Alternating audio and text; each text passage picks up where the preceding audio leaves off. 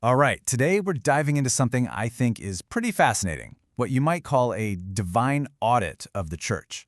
We're going to uncover a hidden pattern that connects two very different parts of the New Testament, and what it reveals is nothing short of a profound spiritual map.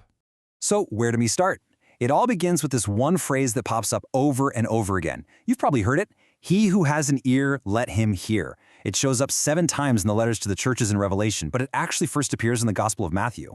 And here's the thing. It's not just a nice suggestion to, pay attention. It's more like a key, a clue that connects 2 parts of Scripture you might never have thought to put together. So on one hand, you've got Jesus' parables about the kingdom of heaven in Matthew 13, and on the other, you have these intense prophetic letters to 7 churches in the book of Revelation. That little phrase, he who has an ear, acts like a linguistic bridge connecting them. It's a huge hint that they're both describing the same reality, just from 2 different angles. Now, here's where it gets really interesting. A lot of people see the first 3 churches as kind of a historical timeline, but then the structure shifts. The final 4, Thyatira, Sardis, Philadelphia, and Laodicea, are understood to represent 4 spiritual conditions that are all happening at the same time, coexisting right up until the end. It's like a divine sorting mechanism in action, and we're about to see exactly how it works. Okay, first up in our divine audit, the church at Thyatira.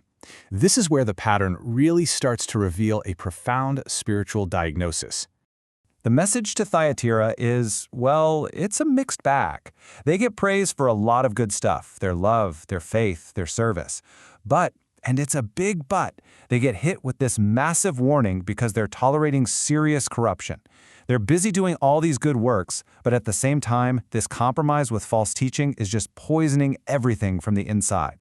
So what does this sound like? Well, it takes us right back to Matthew 13 in the parable of the sower.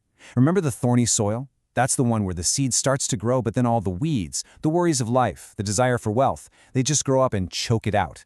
It's a perfect picture of a divided heart. And a divided heart just can't bear real, lasting fruit. And boom, there it is, our first direct match. Thyatira is the thorny soil. Its fruitfulness is being choked by worldly compromises. They have the word, they're doing the works, but these competing loyalties are just squeezing the life out of everything. So let's see where this pattern takes us next.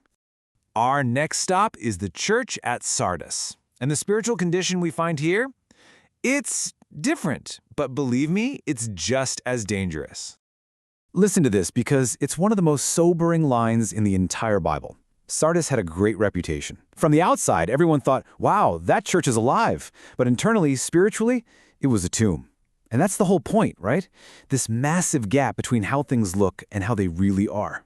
This lines up perfectly with the rocky soil. You know the one. It's all about a shallow profession of faith. Someone hears the word and they're super excited at first. But because there's no depth, no real root system, the second things get tough, poof, the faith withers away. It looks great on the surface, but it has 0 staying power. The connection is just undeniable. Sardis is the rocky soil, a church that looks impressive but completely lacks the substance to survive any real testing. It has a name that it's alive, but none of the actual life. Okay, let's just pause here for a second. We've looked at 2 of the 4 coexisting church types, and both represent a kind of spiritual failure. Among these 4 final conditions, only one, just one, receives unqualified praise. And that one, thankfully, brings us to Philadelphia. This church is such a hopeful contrast to the compromise of Thyatira and the dead reputation of Sardis. And pay close attention to what Philadelphia is praised for. It's not their size or their wealth or their influence.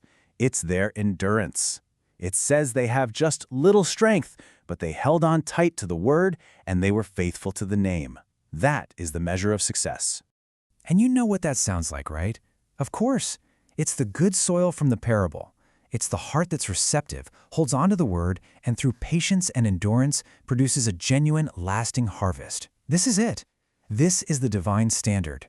So the connection here is one we should all be aiming for. Philadelphia represents the good soil, and it proves that genuine faith isn't measured by worldly power or reputation, but by simple, enduring faithfulness to God's word. And finally, we arrive at our last stop.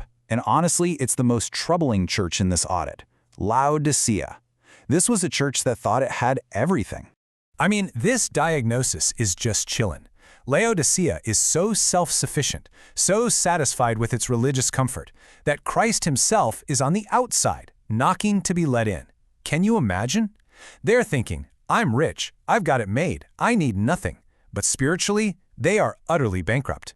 In the parable, this is the wayside soil, that hard-packed path where the seed can't even begin to take root. It just gets snatched away immediately. It represents a heart so hardened by self-satisfaction that it becomes totally unresponsive to the word. And with that, our table is complete. Laodicea is the wayside soil. It's a picture of nominal Christianity, where all the religious activity and material comfort have completely replaced a living relationship with God. The seed of the word never even breaks the surface. So, with the pattern complete, what have we really uncovered? This parallel isn't just some clever observation, it's a divine map of the spiritual landscape of the church as a whole. What we see is this consistent spectrum of how people respond to God's word. It ranges from the total unresponsiveness of Laodicea to the compromised states of Sardis and Thyatira, and finally to the genuine fruitfulness of Philadelphia. And let's not miss this, 3 out of the 4 conditions represent some form of spiritual failure. So the big takeaway here is how this applies to us, right now. This ancient audit basically gives us 4 powerful questions for personal gut check. Am I unresponsive like the wayside soil? Am I shallow like the rocky soil? Am I choked by compromise like the thorny ground? Or am I, like Philadelphia, trying to cultivate good soil that treasures and obeys God's word? In the end, this entire explainer brings us right back to our original question. The parables and the letters reveal God's sorting of true faith from a false profession. And the same voice that sowed the seed in Galilee and audited the churches in Asia Minor is still speaking today. The only question that's left is, do we have an ear to truly hear?